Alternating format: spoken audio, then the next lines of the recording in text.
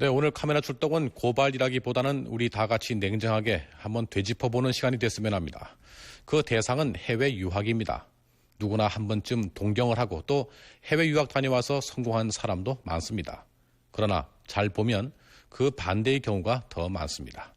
이진호 기자가 일본에 가서 유학생들의 장밋빛 환상이 어떻게 깨지고 있는지 그 실상을 취재했습니다. 도쿄 외곽에 위치한 동양대학교. 23명의 한국인 유학생이 있습니다. 이곳 동양대학교의 한국인 유학생 대부분은 학비를 벌기 위해 동경시내에서 아르바이트 일을 합니다.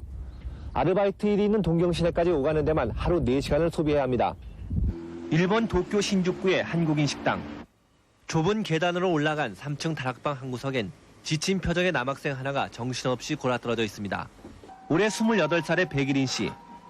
하지만 이제서야 일본 동양대학교 신입생이 된 한국 유학생입니다. 휴식도 잠시, 다시 밤 11시부터 아침 8시까지 밤새워 식당 아르바이트를 해야 합니다. 아르바이트 하면서 칼질하면서도 눈을 감고 칼질한 적도 있고. 한국에서 대학 입시에 실패한 뒤 일본으로 건너온 지 3년째. 고되고 힘든 나날들이 계속되고 있습니다. 일본 교토 외곽의 한 선반 공장. 한국인 한 명이 밤늦게까지 선반 작업을 하고 있습니다. 일본 교토 외국어 대학교에 다니는 올해 27살의 김덕현 씨.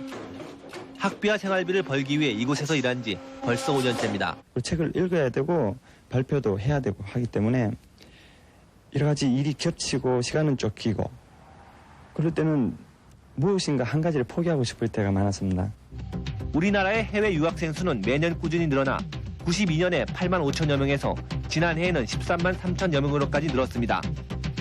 이 중 일본 유학생은 1만 3천여 명. 일본 유학에 드는 비용은 학비와 생활비를 포함해 1년에 280만 엔 정도. 한국 돈으로 계산하면 2,800만 원 정도의 비용입니다.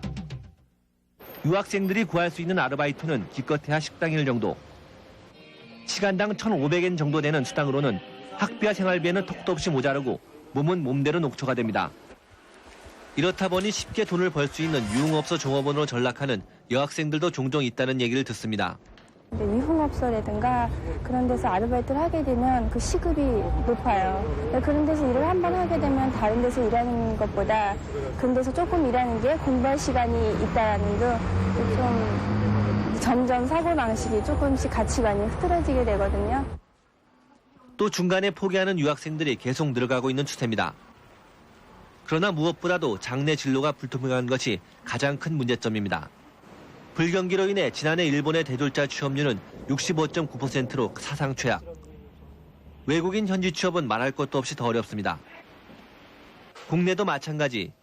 해외에서 학위를 받아와도 좋은 직장을 구하기는 하늘의 별따기입니다. 우리 동생애가 일본에서 대학원 갔다가 나왔는데 강사인데 학원 강사 월급 해봤자 시간당 저녁 타임 저 아시는 분 하는데 60만 원 벌더라고요. 유학이 모든 것을 해결해 줄 것이라는 장밋빛 환상에서 벗어나 유학의 진정한 의미를 곰곰이 되새겨볼 시점입니다. 포기하는 사람 되게 많습니다. 카메라 출동입니다.